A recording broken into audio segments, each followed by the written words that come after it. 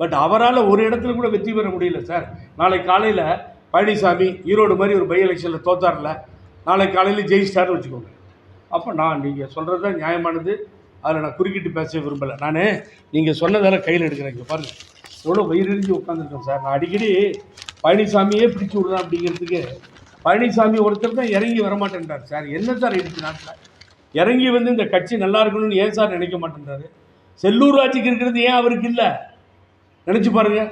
இங்கே பாருங்கள் சார், எவ்வளோ வேதனையாக இருக்குன்னா, தமிழ் வளர்த்த மண் சார் இது. தமிழ் வளர்த்த மண் மதுரை மண். இங்கே பாருங்களேன், கலைஞர் நாணயத்தை இப்போது மத்திய அமைச்சரை கூட்டு வந்து வெளியிட்டார். இந்த நாட்டினுடைய முதலமைச்சர் அவங்க அப்பா படத்தை திறக்கும் பொழுது துணை குடியரசுத் தலைவரை கூட்டு வந்தார் இல்லையா? அதுக்கு பின்னாடி பார்த்தீங்கன்னா இந்த நாணயத்தை வெளியிடுறார். கலைஞர் கைப்பட இங்கே பாருங்கள், தமிழ் வெல்லும். இங்கே பெருசாகவே ஃபோக்கஸ் பண்ணிக்கலாம், தமிழ் வெல்லும். ரெண்டாவது, 18 ஆண்டு காலம் போராடி காங்கிரஸை வேரோடு பிடுங்கியிருந்து தன்னுடைய பேச்சாற்றலால் திராவிட முன்னேற்ற கழகத்தை, திராவிட இயக்கத்தை ஆட்சி கட்டியில் அமர்த்திய பேரறிஞர் அண்ணா அவர்கள். அவருடைய கையெழுத்து பாருங்கள், சி. என். அண்ணாதுரை என்று பாருங்கள் சார், நீங்களே பாருங்கள். என்னுடைய நண்பர் கேட்டார், இங்கே பாருங்கள் சார், இங்கே தமிழ் மாநாட்டை நடத்தியவர் புரட்சித் தலைவர் எம்ஜிஆர். தமிழ் பல்கலைக்கழகங்களை உருவாக்கி கொடுத்த ஒரு புரட்சித் தலைவர் எம்ஜிஆர். அவருக்கு பின்னாலே தஞ்சை தரணியிலே அம்மா தமிழ் மாநாட்டை நடத்தினார்கள். பாரதிதாசன் பாடல்களையும், புரட்சி கவிஞர் பாரதிதாசன் பாடல்களையும், மகாகவி பாரதியார் பாடல்களையும் சினிமாவிலே கொண்டு வந்து அழகு பார்த்தவர் புரட்சி தலைவர் எம்ஜிஆர். தேமதுர தமிழோசையை உலகெல்லாம் பரவுதல் செய்தல் வேண்டும் என்று என்னுடைய தலைவன் தமிழுக்காக ஆற்றிய தொண்டுகளை இந்த நாடு உலகமும் மறக்காது. இன்னைக்கு பல பேர் சொல்லுவான், எல்டிடி லீடர் பிரபாகரன் என்னுடைய தலைவர், அவர் தான் அண்ணன் அப்படின்னு சொல்லி. இல்லை, பிரபாகரனை வளர்த்து ஆளாக்கி பிரபாகரனை தமிழீழம் அடைவதற்கு உதவியவர் புரட்சி தலைவர் MGR. Is the founder of the Tamil எல்டிடின்னு சொல்லுவார். பிரபாகரன் காலிலே விழுந்து ஆசீர்வாதம் வாங்கி கொண்டு தேவையானவர்களை பெற்று சென்றவர் பிரபாகரன். புரட்சி தலைவர் எம்ஜிஆரை பாராட்டியவர் பிரபாகரன். அன்றைய தினம் உங்களுக்கு தெரியும். அப்படி தமிழ் ஈழம், தமிழ் மக்கள், உலகெல்லாம் இருக்கின்ற தமிழ் மக்கள் அன்பை பெற்றவர், தமிழுக்காக பாடுபட்டவர். தந்தை பெரியாரின் சுயமரியாதை எழுத்துக்களை அரசு எழுத்துக்களாக கொண்டு வந்தவர். அவருக்கு இருங்க, பாருங்க, இருங்க, அவசரப்படுறீங்க. அவருக்கு பாருங்க, எம்ஜி ராமச்சந்திரன் இருக்கு. யாரு முதலமைச்சர்? எடப்பாடி பழனிசாமி முதலமைச்சர். எப்படி சார் இதெல்லாம் வந்து ஏற்றுக்கிறது? சொல்லுங்க பார்ப்போம். அப்போ எதிர்கட்சியில் இருக்க கலைஞருக்கு தமிழில் இருக்கு, பேரறிஞர் அண்ணாவிற்கு தமிழில் இருக்கு. அப்போ என்ன சார் கழட்டிக்கிட்டு உட்காந்துருந்தானுங்க அவனுங்க? எவ்வளோ வேதனையாக இருக்கும் நினச்சி பாருங்க நீங்கள்.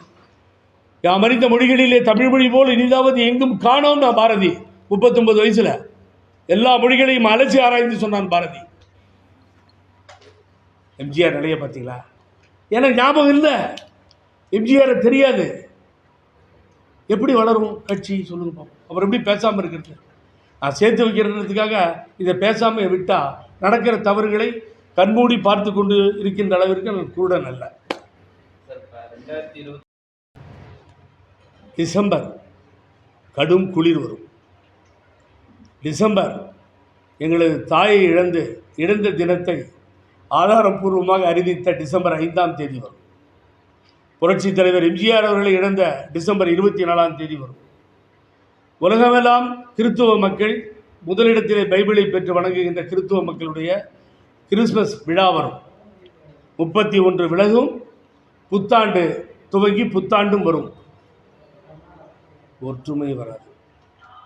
இதை ரொம்ப நாளாக சொல்லிட்டு இருக்காரு யார்? வைத்திலிங்கம். அவருடைய ஆதங்கம், அவருடைய வேகம் சொல்லிட்டு இருக்காரு. இது வரைக்கும் சார் நான் பார்த்தது தான் சொல்ல முடியும். என்னன்னா, உங்களை வச்சு நான் என்ன சொல்கிறேன், இவங்க 3 பேர் யாராவது ஒருத்தர் இறங்கி வரணுன்றேன். That is the ground level.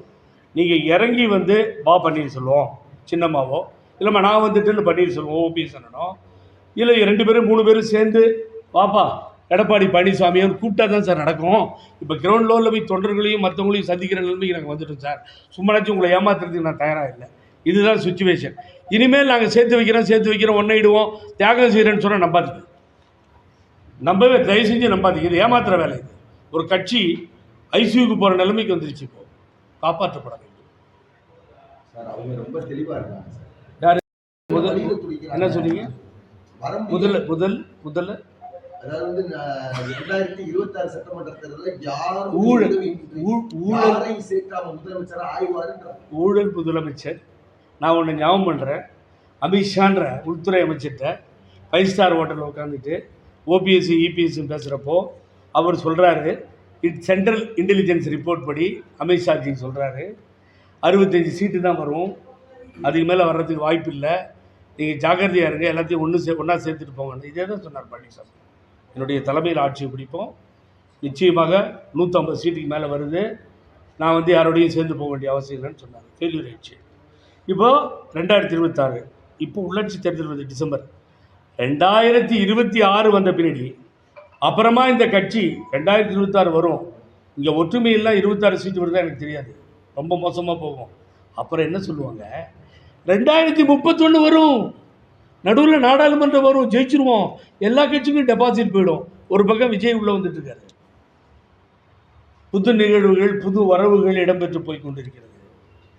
எப்படி நீங்கள் இது ஏற்றுக்கிறது நம்புறது? யாருக்குமே அக்கறை இல்லைன்னா என்ன சார் இந்த நாட்டில் பெருசாக நடந்துருச்சு, குடிமொழிக்கிடுச்சு, என்ன சார் பகை? அப்படி ஏன் சார் யாராவது மறந்து நல்ல மனசோடு வந்தால் நான் என்ன சொல்கிறேன், இந்த ஓப்பனாகவே உங்களுக்கு பதிவு பண்ணுறேன், இது வரைக்கும் நான் எங்கேயும் சொல்லாத கூட சொல்கிறேன். நான் என்னென்னா, எல்லோரும் உட்காந்து பேசுகிற இடத்துல எல்லோரும் சேர்ந்து பழனிசாமி தலைமை தான் வேணும், அவர் எல்லோரும் ஒத்து போகலாம்ப்பா அப்படின்னு ஒரு முடிவு பண்ணால், யூனோ எனி அப்ஜெக்ஷன், பழனிசாமி தலைமை இருக்கட்டுமே, இல்லை இவர் தான் தலைவர்னு சொல்லி ஒரு தலைவர் அவங்க தேர்ந்தெடுத்தாங்கன்னா அந்த தலைமை இருக்கட்டும்.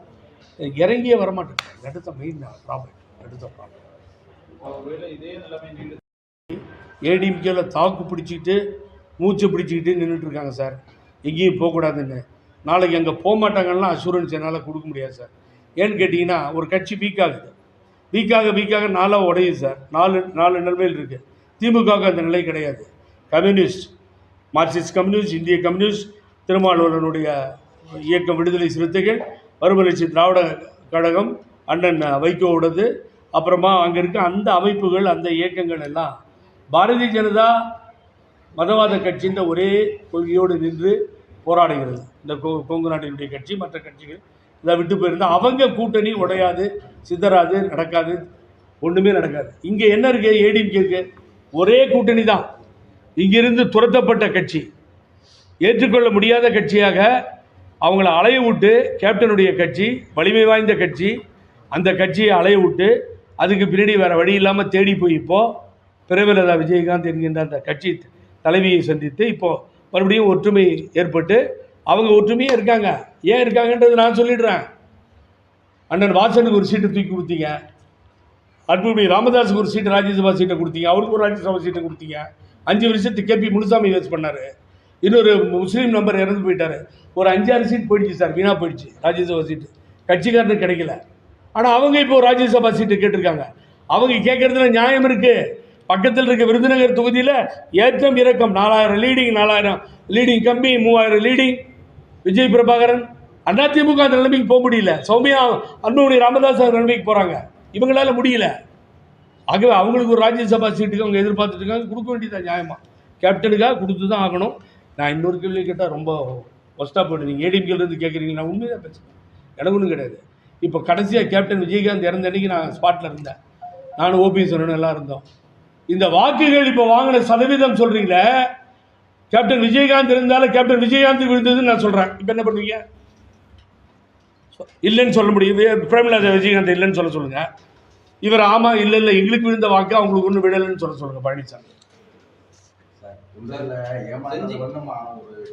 இவ்வளோ நேரம் உங்களுக்கு நான் அதை தான் பாடம் மாதிரி சொன்னேன்னா என்ன தெரியுமா, அன்பு நண்பன், இல்லை சகோதரருக்கு சொல்கிறேன் சார், 2 things.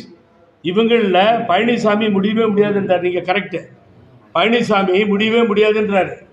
மீதி பேராவது ஒன்றா சேரணும், சேர்ந்து அந்த நடைமுறைக்கு வந்தால் தான். இப்போ நான் ஜேசிடி பிரபாகரன், கேசிபியெல்லாம் ஆரம்பித்து, மிஸ்டர் கஜேந்திரன், ஆனந்த் இப்படியெல்லாம் ஆரம்பித்து இதை ஸ்டார்ட் பண்ணி வந்துட்டோம். வந்த உடனே தான் இவங்க சேர்றேன்னு ஆரம்பித்தாங்க. எனக்கு ரொம்ப சந்தோஷமாக இருந்துச்சு சேர்றேன். எப்போ சார் எப்போ சொல்லுங்கள், எப்போ? That is a question mark. நீங்கள் இப்போ டூர் போகிறாங்க அவங்க சின்னம்மா, என்னத்துக்கு? இப்போ என்ன ஈவெண்ட்ஸு? வெளியில் அவங்க கூப்பிடுங்க எல்லாத்தையும். அது ஏன் வந்து அதை செய்ய மாட்டேன்றாங்க? அதுக்கு தான் இந்த ப்ரெஸ் மீட்டு. சார் செஞ்சி ராமச்சந்திரன் போயிடுவாரா இல்லை உங்களுடைய இது எப்படி சார் நிலைப்பாடு? ஒரு இயக்கத்தில் புதிதாக வந்து விஜய் ஆரம்பித்திருக்கின்ற கட்சி, நான் மறைச்சி பேச விரும்பலை. தலைவர் புரட்சித் தலைவர் எம்ஜிஆர் இங்கே இருக்கின்ற திண்டுக்கல்லில் 73 பெருந்தலைவர் காமராஜர் இருந்த பொழுது மாயத்தேவர் வென்றார், சித்தன் தோற்றார். அதுபோன்ற ஒரு சரித்திரம் இனி நிகழவே நிகழாது. உடனடியாக 72லிருந்து 77 வரைக்கும் போராடி 77 ஆட்சி அமைத்தார். அந்த சரித்திரம் இனி திரும்பாது. புதுவையிலே ஆட்சி அமைச்சார் புரட்சித் தலைவர் எம்ஜிஆர், அது மாபெரும் சகாப்தம். ஆனால் இப்போ உள்வரவாக வருகிறார் விஜய். அதனால் சாதாரணமாக இட போட முடியாதுங்க. ஏன்னா இளைஞர்கள் பட்டாலும் அவர் பின்னாலே இருக்கிறது. ஆகவே அரசியல் ஒரு புதியவர் பழம்பெரும் தலைவரை பற்றி சொல்லிட்டு இருக்கீங்க, அவர் போயிடுவார் அப்படின்னு சொல்லி. நான் அங்கே இளைஞர் பட்டாளத்தை பார்க்கிறேன். அவர் போனால் போட்டு என்ன இருக்குது? இப்போ போகிறன்னு முடிவு பண்ணார்னா யாரும் ஒன்றும் பண்ண முடியாது. ஆகவே அவரவர் விருப்பம் போவதும் விருப்பம். இல்லை, அவருடைய தந்தையை சந்தித்தேன் சார். நான் திராவிடன் ஐடியாலஜி உள்ளவன். நான் வந்து பாரதிய ஜனதா கட்சியோட போய் அவங்கள்ட்ட ஜால்ரா அடித்து அவங்க பின்னாடி நிற்கணும், அந்த கட்சியை ஏற்றிக்கணும். நான் புகழேந்தி தரேன். நான் உங்கள்கிட்ட ஓப்பனாக உடைச்சிடறேன். பாரதிய ஜனதா கட்சி மேலே தனிப்பட்ட முறையில் வெறுப்பு இல்லை. நான் வந்த வழி தந்தை பெரியார், பேரறிஞர் அண்ணா, புரட்சித் தலைவர் எம்ஜிஆர், அம்மான்னு வந்துட்டோம். அந்த தலைவர்கள் காட்டிய வழியில் நான் தயாராக இல்லை. ஆகவே எந்த எண்ணமும் இல்லாமல் ஒரு நல்ல அடிப்படையில் எதையும் சம்பாதிக்கல சார். யாரும் என்னை பார்த்து ஒரே ஒரு மந்திரி இங்கே பாருங்க, உதயகுமார் இருக்கார், அன்பு நண்பர் செல்லூர் ராஜ் இருக்கார், இங்கே இருக்க மினிஸ்டர்ஸ் யார்ட்டையாவது புகழேந்தி ஒரு டிரான்ஸ்ஃபர் கொண்டு வந்து கொடுத்தான்னு சொல்லுங்கள். 5 வருஷத்தில் என்னுடைய சொத்துக்களை அம்மாவுக்கு பிணையாக கொடுத்தேன். 11 வருஷம் கேஸுக்கு நடந்தேன்.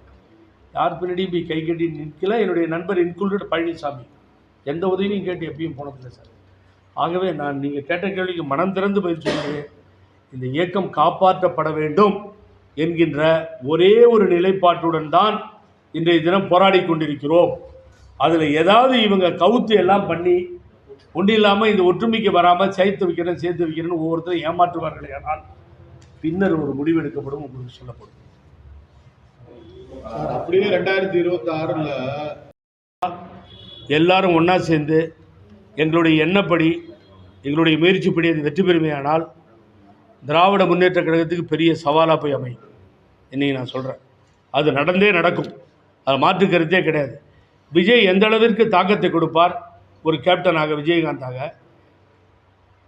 அந்த அளவுக்கு வருவாரா, இந்த மேலே வருவாரான்றது மக்கள் தீர்ப்பு, மகேசன் தீர்ப்பு. ஆகவே நான் அதை அண்டர் எஸ்டிமேட்டும் பண்ணல வரேன். நான் அவர் இளைஞர்கள் அவருக்கு பின்னால் இருக்கிறது தெரியுது, நல்லா தெரியும். விஜய் இல்லை, ஏடிஎம்கே சேர்ந்துருச்சுன்னா சேர்ந்துட்டா நெக்ஸ்ட் ஏடிஎம்கே ஒன்றாக இணைந்தால் அனைத்து இந்திய அண்ணா திராவிட முன்னேற்ற கழகத்தினுடைய ஆட்சி அடுத்த ஆட்சி, மாற்று கருத்து அதில் மாற்று கருத்தே கிடையாது.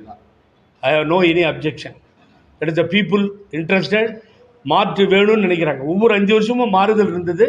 அம்மா அதை விடலை, 10 வருஷம் உட்கார வச்சாங்க. இன்றைக்கும் அந்த மாறு சார், திமுக காரங்களே அதுதான் சார் விரும்புகிறாங்க.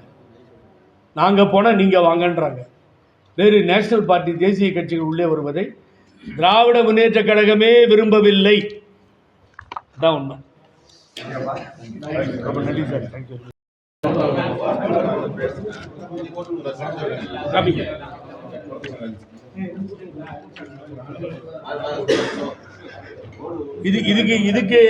இதுக்கு பழனிசாமியுடன் இருக்கின்ற முன்னாள் அமைச்சர்களோ இந்த நாணயம் விஷயத்திற்கு பதில் சொல்லி ஆக வேண்டும். ஏமாற்றக்கூடாது. இந்த தவறு நடந்திருக்கு, இதை செட்டரைட் பண்ண முடியுமா? தமிழ் இந்த நாணயத்தில் திருப்பி எம்ஜி ராமச்சந்திரன் தமிழில் கொண்டு வர முடியுமான்னு ட்ரை பண்ணுங்க. அதுக்கு ட்ரை பண்ணுங்க, ஏமாற்றிட்டு போகாதீங்க. இது தலைவருக்கு செய்த துரோகமாக மாறிடும். தலைவர் எந்த காலத்திலும் தமிழோடு வாழ்ந்தவர். ஆகவே இந்த துரோகத்தை செய்ய வேண்டாம்.